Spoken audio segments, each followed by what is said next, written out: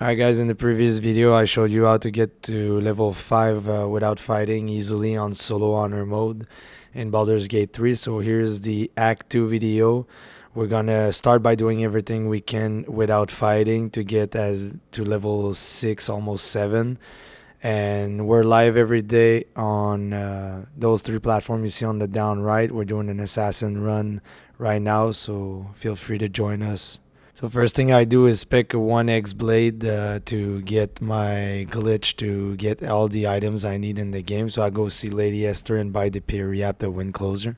Then I try to cross the bridge, and as you can see on that run I failed, so I went around, but watch for the traps though. We then get the teleport and we follow along the road to that cutscene. We just skip it and then we go down this path right here. Go down these vines here, make sure you unlock that door as a Gith so you can trigger this dialogue right here. Tell her you simply seek to meet more of your kin, and then you're free to enter the Githyanki Crèche. I go buy Jaheira's gloves of dexterity usually with the knife of the Undermountain King. Buy anything you want really, but I'm just doing my shopping in here. I go to that door to get 80 XP. I go here to get the 2 specimens of Mindflayer parasites, and then I think we're off for the Githyanki Crèche for now. Now what you want to do to go in Act 2 easily, you respec to get at least 1 level of Rogue and 1 level of Sorcerer for the next check as soon as we get into Act 2 to get the Moonlantern super easily. You go back to Lady Esther's teleport, you go up this way with an invisible potion, and then you can just go across all the enemies right there and enter the Act 2 from behind. As soon as you enter Act 2, you talk to this guy, tell him who wants to know, then he lets you pass, you take a torch, you equip it, and then you're off to get an invisibility potion. Go right through this gang of goblins right here. Here I make sure I have my Mark of the Shifter's Boon and also guidance to start the next dialogue in the cutscene. As soon as the cutscene starts, you want to clear your throat and make yourself known. Then you say the Absolute protects me, and then you'll have a dialogue with your rogue deception, which you did everything I just told you. You have literally 0 chance of failing unless you roll 2 nat 1s, which you would be very unlucky. After that, you tell him, good, you may go now. Then you're going to have another check to do as a sorcerer, deception, same way we did. You can literally not fail this one either. Karnus will leave the lamp on the ground, you just pick it up, and then you just release the pixie. If you're a Dark Urge, watch out, because the first option will make it kill the pixie. So yeah, just release it. You need to get through the Shadow Curse, and then you have it permanently for the Act 2. I then go follow this path to Last Light In without triggering any fight. As soon as I get there, I just go through the dialogue. I'm gonna be saved by a little tiefling that we saved in the Act 1 if you follow the first guide closely. Tell Jaheira the truth about the artifact and tell her you're here to kill the Absolute. I buy the Cloak of Protection, the Shield of Devotion, and Shakeling Armor from Quartermaster Telly. I buy the boots that give me a C+1 from Mattis. And I mainly go see Damon for the bro that gives me haste. But buy anything you want. I buy the Sword of Lifestealing usually for my Rogue Assassin build. And also we're gonna come back to him for the Flawed Hill Dusk gloves later. I then come back to where I got the Moonlantern. I follow this route until I get the Wraithwind Tall House waypoint. I then stealthily go around just to jump on the other side to go straight to Moonrise Tower, because we're gonna go buy some more stuff. I just skip Mizora here most of the time, and when I get to the guards, they stop me, and all I do is I say a little from the field, what news inside, and inner name, and they let me go.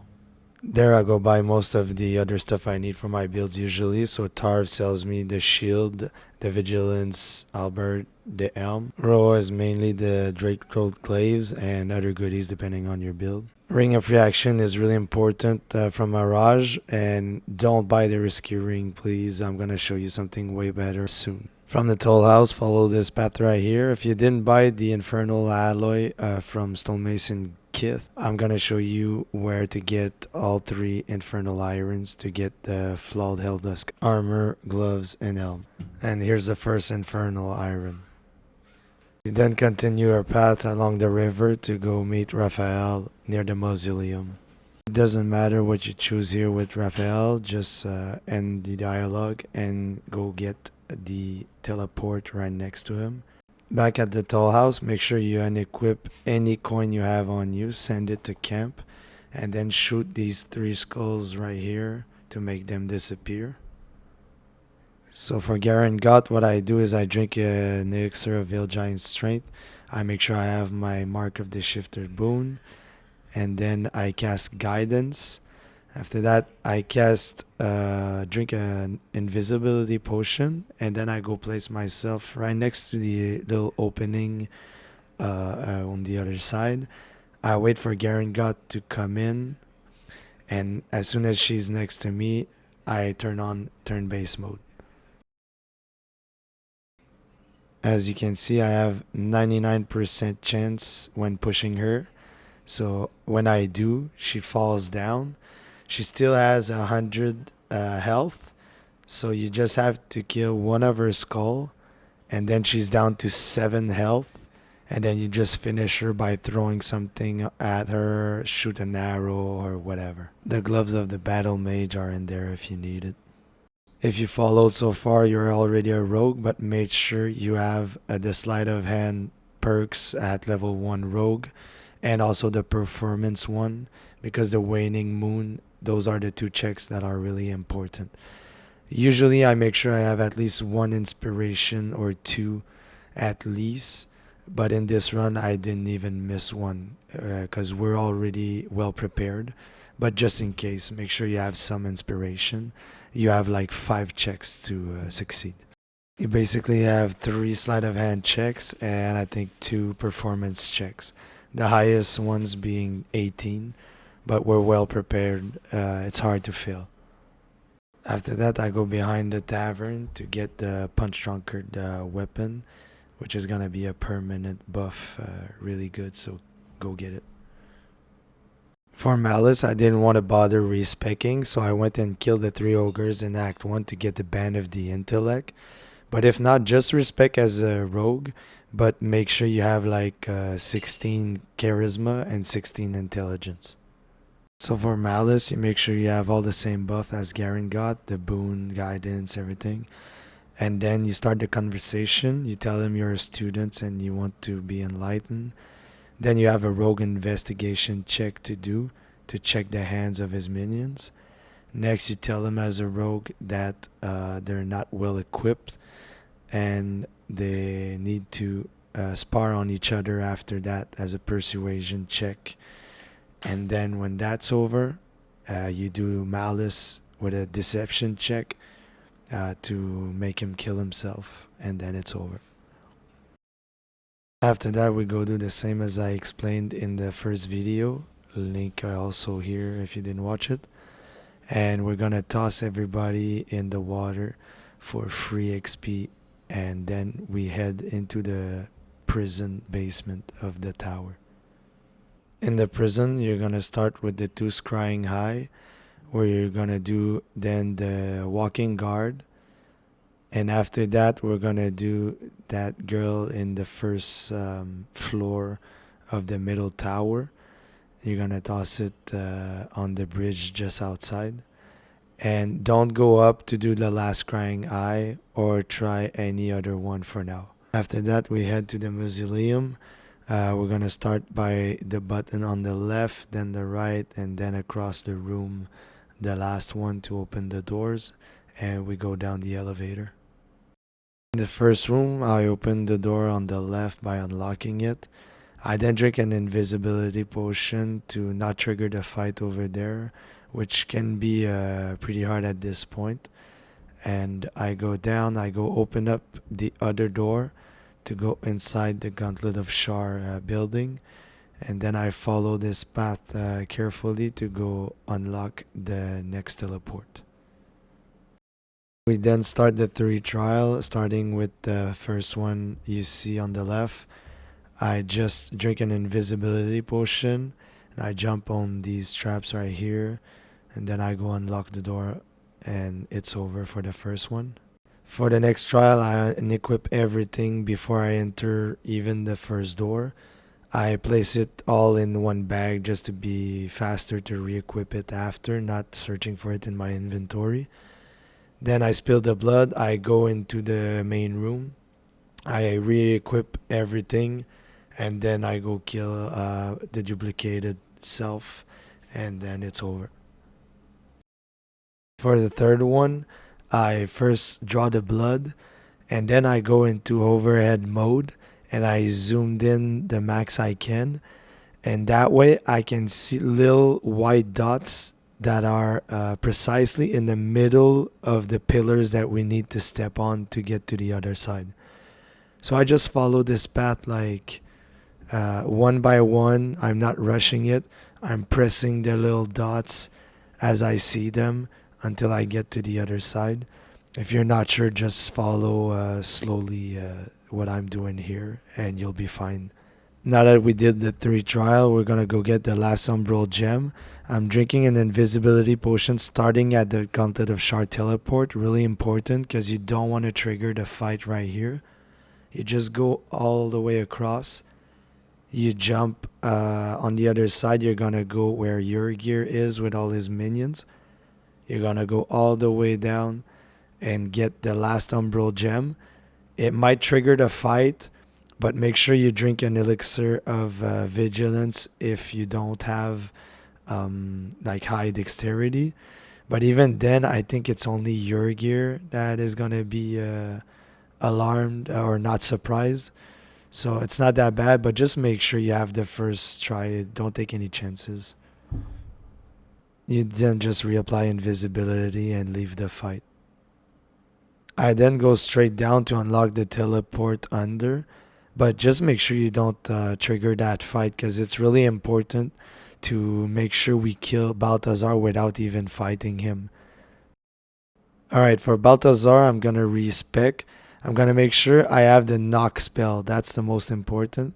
It's a level 2 spell. You can get it by having 3 levels in Sorcerer, Wizard, or whatever. I don't know if there's a scroll for it. If there's one, fine. You might need 2 though. And make sure you have some levels into your build also, because it can happen. It didn't happen very often for me. I think it happened once in the last 20 times I tried this. But sometimes you might have to finish Balthazar yourself. But like, that's like not even 2% of the time. Like, it rarely happened for me. So what I do is I first go unlock the door on the right to get the second Infernal Iron and the light ring. I don't know what it's called. Callous Glow, I think. And then I jump this way so that I trigger the conversation with Balthazar as close as possible to the door. I make sure I had a Vigilance Elixir or a high initiative, and on my first turn I drink an invisibility potion and move. And every turn I'm gonna make sure I'm still invisible. If I'm starting to run out after like 8 turns, I drink another one, and I keep moving like that to make sure I'm not in the way of his cloud kill. And by the time the fight is over, he's gonna get overwhelmed by the Justiciars and get killed all by himself. You won't have to do anything, just wait the fight off. It might take usually like around 20 minutes, but it's a super easy way, not even needing to fight him, gaining all the XP from the minions that are getting killed, and still having defeat Balthazar without fighting. Now I'm gonna go get my 3rd Infernal Iron in the Blighted Village if you didn't get it already, because now at this point we're almost level 7 without fighting, and now it's gonna be our start of fighting with our build. At level 7, most builds are now viable in solo, so it's your time to shine. For that, we're gonna set up properly all our damage. We go give all the Infernal Iron to Damon so he can craft the gloves. After that, we're gonna go fight Kaga so she can give us the Broodmother's Revenge necklace for an additional 1d6. We then gonna go fight Nier for the powerful gloves of the automaton, which renders the risky ring really worthless. We're gonna place a bomb down on the floor and they're gonna leave the area. They're gonna go just a little further, and then we throw another one right on it. And if you followed my guide in the first video, we are gonna be 4v1 in that fight. It's gonna be super easy. Just make sure you don't get tossed in the lava. That almost happened on that run. That was pretty funny or not. It depends on how you see it. And then we're gonna go talk to Barkis to convince him to follow us to Last Leiden. Make sure you side with the rebels for an easy fight. You'll then have to persuade them to let the gnomes go so that you can tell Barkis to go to Last Leiden. I don't know if these dialogue choices are important, but I always do those. So follow this and get to his inventory to buy him the gloves of the automaton and also a ring that gives you more deception and persuasion. Super useful. So now it's time to start fighting for the first time in your game. You're almost level 7. And I'm gonna have a dedicated video to show you how I buff my character every time. But for now, you start fighting with your build. Enjoy. I'm gonna show the order I do, but I start practicing with my build usually. So I start with easier enemies in Act 1 like the Gnolls right here. You don't have to follow these fights right here, but if you feel comfortable, this is the order in which I do it most of the time. A really easy one is these guys right here near the Githyanki Crèche. They're super easy and they give 75 XP each. Another really easy one is sneakily shoot these guys right here near the mausoleum teleport. You basically just shoot these fishes and yeah, they give a lot of XP and they're super easy. They don't attack back. At this point, it's time for me to go down the Blighted Village and go do Auntie Ethel for the Hag's Hair in my playthroughs. You're for sure level almost 7, so everyone has their extra attack or whatever, their power spike of their build, so there's no reason for not doing it right now. Just make sure you have the Ring of Free Action equipped and don't equip the mask to get through the door inside her lair. And also don't kill her up there with Marina, because that almost happened there also. My build was pretty powerful, so I had to check that. And yeah, basically just go through the door and go kill everyone, and we'll meet down to Auntie Ethel. I usually drink a Featherfall potion and just jump all the way down to evade all the traps and the fumes. If you follow my guide in Act 1, it's easy to stack all your buff, and with the sea invisibility that you got from Volo, get the first hit on her. I think basically the only thing you want to do is get her under 30 HP, and then you trigger the cutscene. You just skip your turn, it triggers the cutscene, and then you get the Hag's Hair. You say you want the power instead of saving Marina.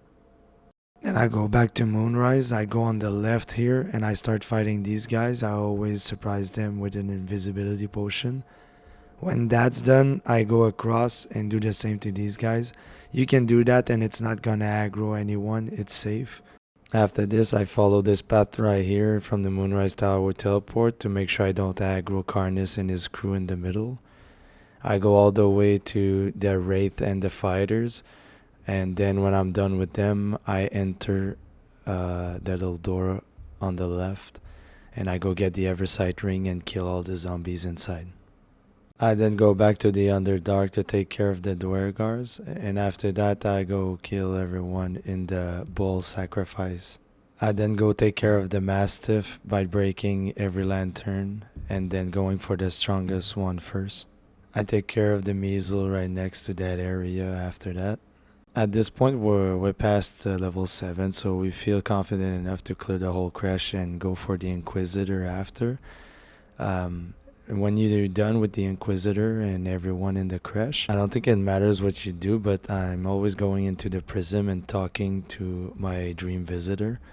And after that, as I leave, I make sure I don't forget all the good items in the Inquisitor chamber. After that, I do the little side quest to get the crest. If you don't know where the weapons are, here they are. So you have one with the grave, one with the birds, one with the paladin, and then you place them to get the crest. You then go back to the Inquisitor chamber.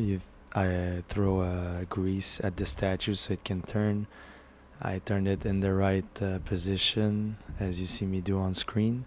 Then it opens up the path for the Blood of Lethander. Make sure you don't trigger the trap on the other side, because you might lose your solo honor run like that. That would be a shame. Just follow what I'm doing here. Make sure you insert the crest and not try to take Blood of Lethander. If not, it's all gonna explode. Now we're almost level 8, and that's the level I get to Act 3, so we're gonna start setting up our last fight against Moonrise Tower and Ketheric. As you can see, I start by clearing the paladins I left in the prisoner's cell under the Moonrise Tower, and then I go free everyone from the prison by breaking the walls in the back and making them leave with the boat to Last Leiden. Now it's time to trigger the scene with Ketheric in the hall of the Moonrise Tower, and I just snitch on the little goblins, and when they give them to me, I just tell them to spill their guts and kill themselves. After that, I go straight up the stairs and I enter the door on the right and isolate this crying eye from everyone else. And then I kill him. In this solo run I did right here, I did aggro the soldiers outside on the balcony, but just make sure you isolate them also. If not, just kill them all in one fight. You can do it. After that, leave the room and go talk to Zrel, and make sure you have 1 level in fighter for this one, because it's going to give you advantage on a 21 roll, which can be really difficult. But you have the mark of the shifter, favorable beginning, guidance, everything you shouldn't miss. You basically just choose the first option for everything but the fighter wisdom check, and you're going to leave the conversation, and she's going to have killed her big minion behind her. After that, you just follow her to her quarters. Again, you just close the door, make sure she's isolated, and you have a 1v1 fight against her. It is much easier. You then go back out and take care of Radija. You can come back from the left side of Moonrise, teleport right here to go up these vines to just like have 1 door of the 30 check to unlock instead of 2. And you go into that room on the right. Assuming you did get Scratch Ball in Act 1 video like I told you to, you can just show him the little ball, the robot dog inside the room, and then you choose that dialogue option right here to make sure he's not aggro. He only wants to stop the absolute. The most important thing here is read that letter in Ketheric's chest. You're gonna see why later. Now it's time to release the Nightsong and trigger the big fight. I always go get these items right here in the Silence Library before releasing her, but I don't think it's necessary to release her. I just always do, and they're pretty good items. They might be useful later down the line. Alright, at this point we're going to trigger the end of Act 2, so stop right there. So this is a point of no return on my solo honor mode run, and since I can't bring any companion, I'm going to have to say goodbye to Shadowheart. This is my rules I put upon myself when I play. You don't have to follow this. I just want you to know that this is the outcome if you don't bring her here. Also, second thing and most important thing I want you to bring, you have to go back to Dareth in the Underdark, and I want you to refresh your stock every day and bring 3 stacks of 20 smoke powder bombs. This is gonna be important. I'm gonna show you an easy way to do Ketheric and Myrkul with any class, but even if you only have like 1 attack per turn, basically you don't even have to fight him, and you're gonna be able to get to Act 3 easily. Feel free to fight him all you want. It's also doable, but I just want to show you the easiest way if you don't feel confident enough. Alright, once you have your 3 stacks of smoke powder bomb, feel free to free the Nightsong. It's time to go back to Moonrise Tower and talk to Jaheira. I tell her to fight, and I drink an invisibility potion to go a little further and trigger the fight as a surprise round. But basically, if you followed everything I just told you during that video, you're gonna be 10 against 4 in that fight. It's gonna be super easy. Alright, it's time to fight Ketheric on top of Moonrise Tower. Make sure you have like Misty Step or a way to get to him as soon as you start the fight. You're gonna have a 10 persuasion check to pass, so that's not that bad either. Just make sure you got everything covered and start the dialogue. When you start the dialogue and you get the check, after that just tell him that Melodia is waiting for him and tell him that you can help him if he lets you. Make sure you have the initiative in that fight, and once the fight starts, you want to go right next to him, but not too close that he can trigger an opportunity attack on his part. I had a Gith on this playthrough, so I just vaulted right next to him. And when I do this, I'm going to drop 20 smoke powder bombs from the 320 stacks we got earlier. And I'm going to get further away down the stairs on the right and just gonna throw one smoke powder bomb on the stack of 20 I dropped at his feet, and that is gonna take care of Ketheric in the first turn. I then just finished the rest, starting with Suzdera because she's the most dangerous. When I get into the Mindflayer lair after that, all I do usually, depending on what I want to do as side quests or whatever, but it's a solo run, so I don't really care about my companions. I'm just gonna drink an invisibility potion to get the resonance stone, and then just go trigger the teleport to go do the big boss fight with Ketheric and Myrkul. Once you trigger the cutscene at the door, you then have one more time to stack all your buffs. You're gonna have to do a persuasion check of 18, so make sure you're ready for that. I didn't bother respecing here, but you could do it with the highest charisma character. I just didn't do it and got lucky on my roll, but it'd be an easier roll if you did respec. You're gonna make sure you call Crèche to an invisibility potion on you and him at the same time. Put Crèche in position next to the Nightsong, and then trigger the dialogue with Ketheric. I did it by casting guidance, but you can just talk to him. You're gonna tell him what is my place, Ketheric, and then you're gonna do your 18 persuasion check, and that's gonna trigger right away the fight with Myrkul, because Ketheric is just gonna throw himself down the chasm. This fight, we're basically gonna do the same thing as we did on top of Moonrise Tower, but first you have to tell Crèche to unchain the Nightsong, because if not, you're not gonna be able to do damage to Myrkul. So you're gonna take your 2 stacks of smoke powder bombs that you have left. You're gonna drop them both on the ground right next to Myrkul, and you're gonna either jump or teleport to that platform behind to then throw one last smoke powder bomb on the 220 stacks right at the feet of Myrkul, which is gonna defeat him right away, and you're gonna be done with the big boss fight. That's how easy it is to do it with any class. After that, we head west to the Gith patrol and we take care of them, or you can just pass them if you want with an invisibility potion and go trigger the end cutscene. You're gonna be in camp, and then when you sleep for the last time, be careful because you're gonna get ambushed when you wake up. This is when it's gonna be easier to have Misty Step, because even if I didn't get the initiative here and I got 2 Gith right on me, I just cast Misty Step to get to the door easily and go inside the prism to save the Mindflayer. This is the last fight before Act 3. The first 2 Giths shouldn't be too difficult, but make sure you rebuff everything at this point because you just woke up.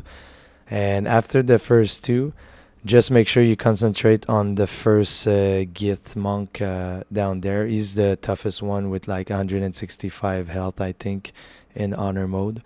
But yeah, take care of him first and the rest should be fine. If you followed all my guide from the first video, at this point you would have all the Mindflayer powers if you accept. Here we are, guys, with these 2 videos guides. You can easily do Act 1 to Act 3 and be level 8 already with any solo honor mode build you want to do.